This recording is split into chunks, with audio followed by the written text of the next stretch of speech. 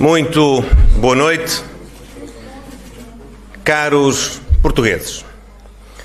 Fez ontem uma semana, a Assembleia da República discutiu e reprovou uma moção de censura sobre a minha vida profissional e patrimonial. Nessa ocasião, prestei todos os esclarecimentos que eram devidos dentro dos limites que devia respeitar sobre a informação de terceiros. Decidi partilhar a minha estratégia profissional e familiar e os meus rendimentos dos últimos 15 anos. Sobre uma empresa familiar que criei e dinamizei com os meus filhos, dei o enquadramento da sua concepção, do seu objeto e da sua atividade. Expliquei a evolução da sua faturação, o perfil dos seus clientes ocasionais e permanentes. E, sobretudo, destaquei aquele que é o trabalho que presta a estes últimos na base da qualificação, experiência e especialização da sua estrutura e colaboradores. Como já se esperava, para alguns os esclarecimentos não foram suficientes. Nunca serão suficientes.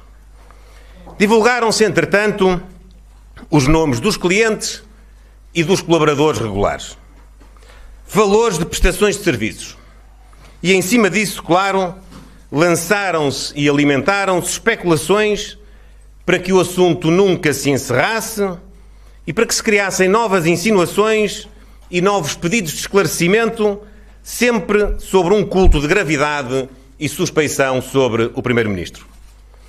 Este é um ciclo vicioso que muitos desejam e de que muitos não querem sair.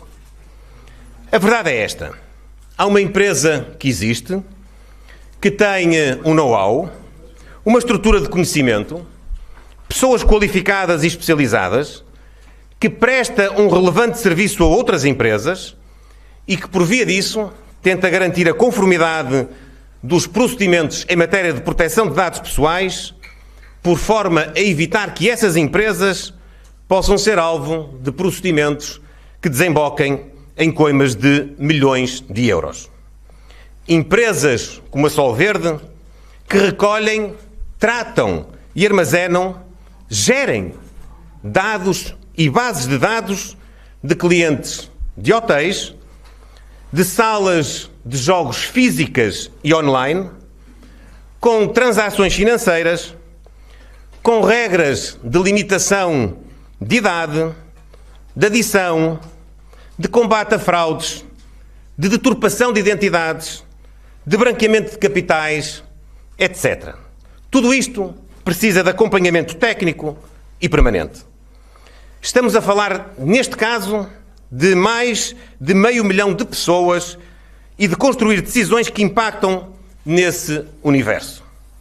Numa outra empresa, falamos de mais de 2,5 milhões de clientes, a que acrescem vários milhares de recursos humanos, de dados de saúde, num outro caso, de dados sensíveis relativos a alunos menores.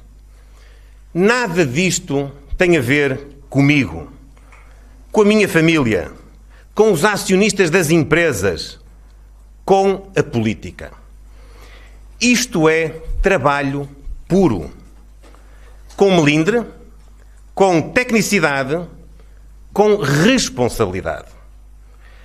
Mas por mais que se explique isto, nunca quem não quer perceber vai dizer que entendeu a explicação. Portugueses, eu confio no vosso critério. É verdade, eu nunca o escondi. E é bom repetir e lembrar. Tudo isto foi declarado por mim. Ninguém descobriu nada. Está tudo nas minhas declarações de interesses. Fui eu com os meus filhos que criei esta estrutura, a sua equipa que se especializou neste serviço. Não pratiquei nenhum crime, nem tive nenhuma falha ética. Quando regressei à política ativa, abandonei a advocacia e saí da sociedade de advogados que fundei pelo valor da cota com que lá entrei. Deixei para trás a clientela, a estrutura e o meu investimento de muitos anos. Não tinha sucessor na advocacia nos meus descendentes. Já na empresa familiar, os meus filhos e a minha mulher foram meus sócios desde o primeiro dia. Seria justo e até adequado fechar tudo, abandonar tudo, só porque, circunstancialmente, fui eleito presidente do PSD e agora exerço as funções de primeiro-ministro? Deveriam os meus filhos ficar inibidos de dar seguimento ao que criaram comigo só porque eu me encontro nesta situação? Um deles está a meio do curso de gestão e o mais velho é licenciado em gestão. Tem, de resto, uma especial vocação para as questões tecnológicas, que são, também elas, importantes nesta vertente da proteção de dados. Eu pergunto a mim próprio se tenho o direito de os privar de trabalhar por causa da minha atividade política. Sinceramente, creio que se o nosso sistema político não aceita nem controla a conciliação entre a vida familiar e a vida política, nós vamos, de uma assentada, ter políticos sem passado e ter políticos sem futuro profissional. Portugueses, nunca cedi a nenhum interesse particular face ao interesse público e ao interesse geral. E assim vai continuar a ser. Sempre que houver qualquer conflito de interesses, por razões pessoais ou profissionais, não participarei nos respectivos processos decisórios. Eu e qualquer outro membro do Governo, como de resto confio que todos aqueles que por aqui passaram sempre fizeram. Nós temos de confiar nas pessoas e confiar nas instituições.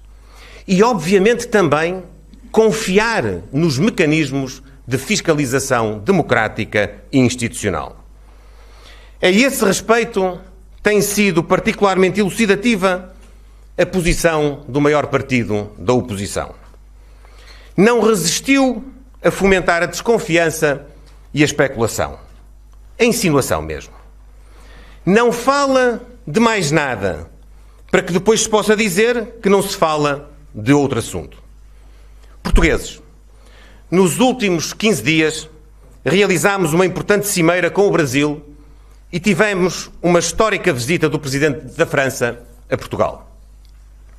Em ambos os casos, com a realização de promissores fóruns económicos entre empresas e associações empresariais.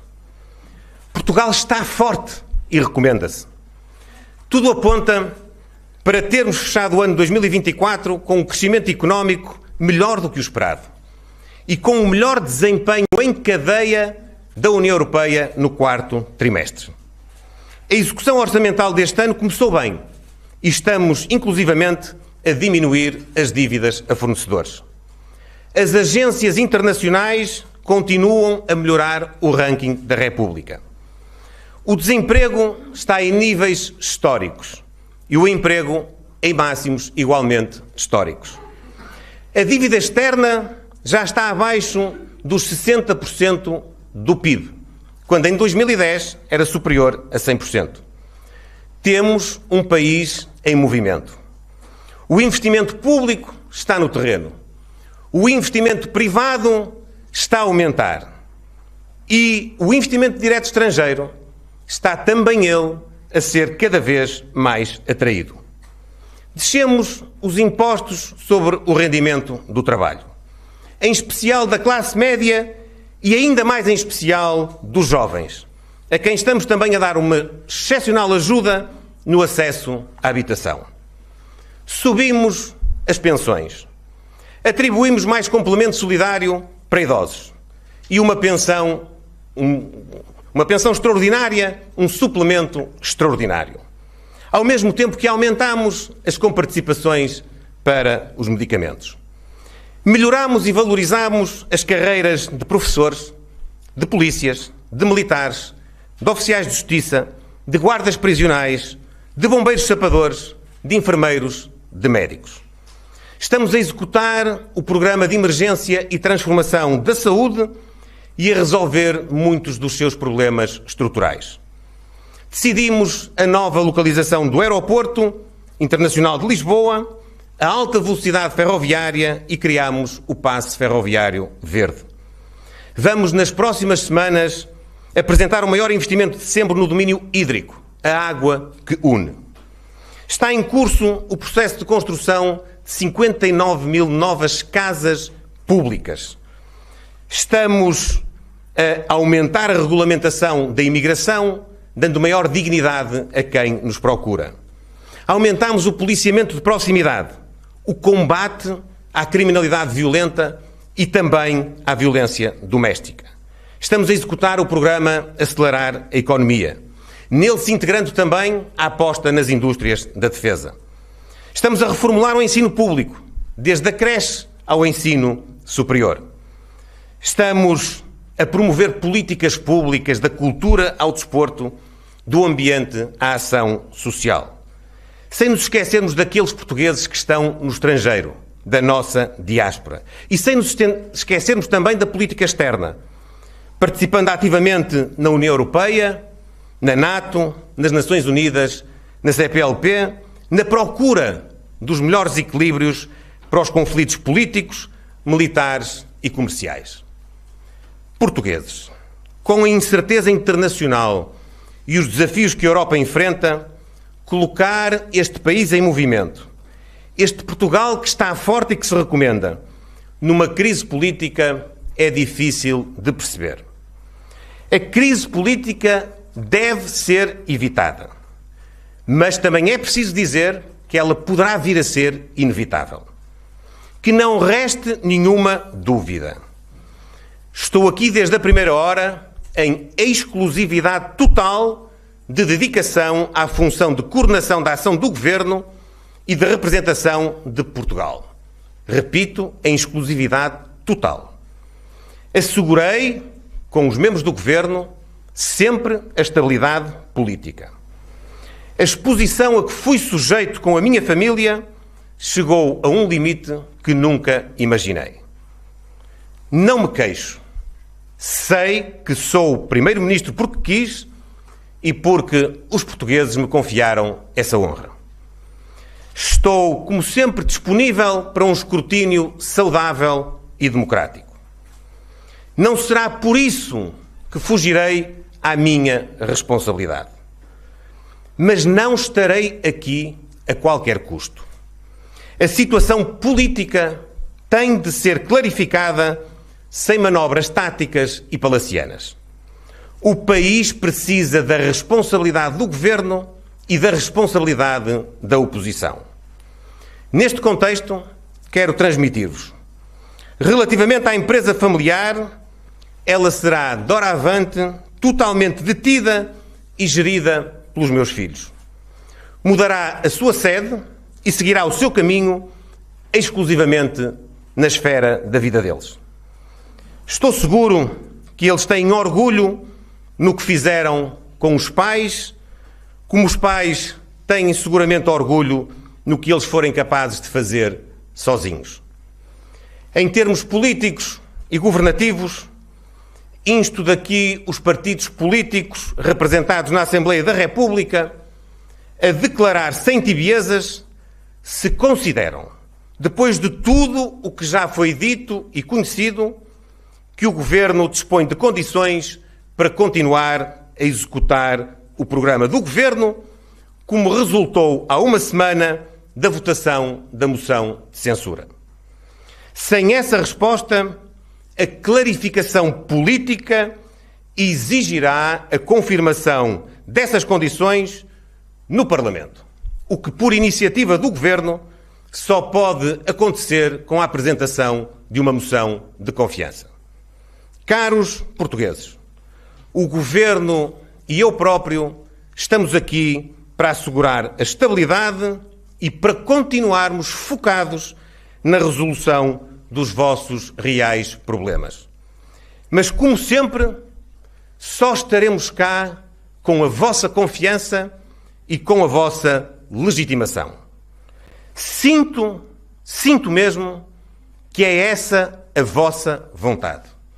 Sinto que é a vontade maioritária dos portugueses que o Governo continue a executar o seu programa. Mas cabe à Assembleia da República e aos partidos políticos nela representados interpretar também a vontade dos portugueses. E é esse apelo que daqui também lançamos. Obrigado.